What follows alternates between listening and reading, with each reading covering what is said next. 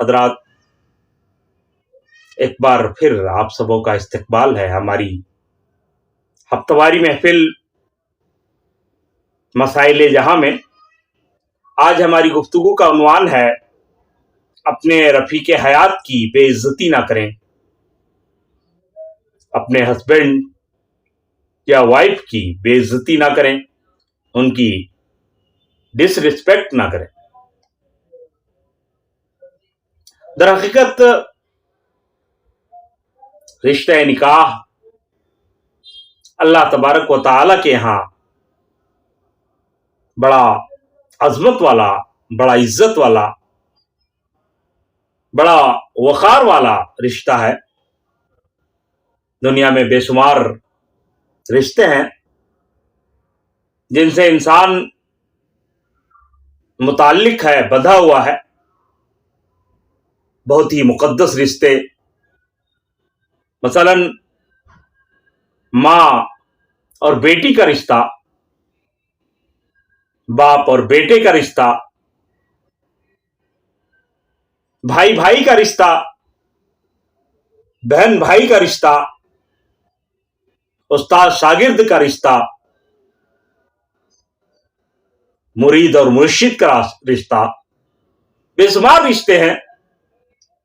لیکن اللہ تبارک و تعالی نے زوجین کے رشتے کو، میاں بیوی کے رشتے کو جس اہتمام سے قرآن پاک میں بیان فرمایا ہے اور جس قدر اس کی تفصیل قرآن کریم میں بیان کی گئی ہے،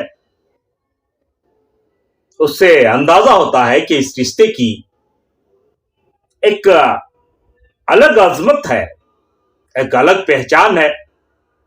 اور کیوں نہ ہو، نسل انسانی کی بقا، ارتقاء، تربیت و تہذیب اور انسانیت کی تعمیر اس رشتے پر منحصر ہے۔ دنیا جانتی ہے کہ وہ ممالک، وہ معاشرے جن کے اندر نکاح سے بے رغبتی کا ماحول پیدا ہوا ہے، جہاں لوگ ذمہ داریوں سے گریزاں ہیں اور نکاح کے بغیر مرد عورت ساتھ رہنے کو ترجیح دے رہے ہیں، ان معاشروں میں ایک بے چینی ہے، ایک طرح کی اضطراب ہے، اور لوگوں کو اس بات کا خطرہ ہے کہ کہیں ان کی نسل ختم نہ ہو جائے، ان کو اپنے نسل کی بقا کی فکر لاحق ہے۔ بہرحال یہ ایک عظیم رشتہ ہے، اور اسی وجہ سے اللہ تبارک و تعالی نے بڑی تفصیل سے قرآن کریم میں اس رشتے کی باریکیاں، اس کی نزاکتیں، اس کی پیچیدگیاں اور اس سے وابستہ ذمہ داریوں کو بیان فرمایا ہے۔ لیکن دوستو، یہ بات یاد رکھنے کی ضرورت ہے کہ یہ رشتہ باہمی عزت، باہمی احترام اور رسپیکٹ کا متقاضی ہے۔ در حقیقت عزت و احترام ہی اس رشتے کا فخر ہے، غرور ہے، ناز ہے، گرو ہے۔ اگر اس رشتے میں میاں بیوی ایک دوسرے کی عزت نہ کریں، احترام نہ کریں، ان کے دل میں اپنے پارٹنر کے لیے، اپنے رفیق حیات کے لیے احترام کا جذبہ نہ ہو، تو پھر اس رشتے کا سارا غرور، سارا فخر، سارا ناز اور سارا گرو ختم ہو کر رہ جاتا ہے۔ میاں بیوی کے رشتے میں نزاکتیں بہت زیادہ ہیں، کیونکہ یہ رشتہ ایک طویل مدتی رشتہ ہے. زندگی کے تمام معاملات یہاں پر ایک ساتھ ہوتے ہیں. اس لیے کٹھن گھڑیاں، کٹھن حالات آتے ہیں اس رشتے میں. بحث مباحثہ، لڑائی جھگڑے کی نوبت آتی ہے اور بار بار آتی ہے. اور ایسے ہی میں در حقیقت زوجین کا امتحان ہوتا ہے، میاں بیوی کا امتحان ہوتا ہے کہ مشکل گھڑیوں میں وہ اپنے پارٹنر کی، اپنے ساتھی کی عزت کریں، احترام کریں. لڑائی کے باوجود بھی ایک حد، ایک لمٹ ہو جس لمٹ کو یہ دونوں کراس نہ کریں اور ایک دوسرے کی عزت نفس کا بہرحال خیال رکھیں.